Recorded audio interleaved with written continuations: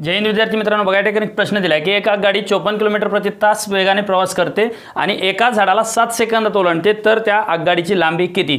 ज्यावेळेस तुम्हाला अशा प्रकारचा प्रश्न येईल त्यावेळेस काय करायचं बघा. सगळ्यात पहिल्यांदा जर तुम्हाला ताशी वेग दिला असेल, प्रति तास वेग किंवा ताशी वेग, तर काय करायचं 36 सेकंदामध्ये 540 म्हणजे जो काही वेग दिलाय त्याच्यापुढे एक 0 घ्यायचा.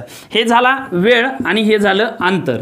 आता या ठिकाणी आपल्याला 36 सेकंदात ती गाडी 540 मीटर जाते, बरोबर. आता आपल्याला त्या झाडाला ओलांडण्यासाठी किती वेळ लागलाय? 7. मग वेळेच्या खाली वेळ लिहा आणि इकडं आगगाडीच्या लांबीच्या खाली क्वेश्चन मार्क टाका. यांना जर आपण तिरकस गुणाकाराने सोडवलं तर काय होईल बघा. 7 गुणिले 540 भागिले 36. 18 दुणे 36, 18 त्रिक 54.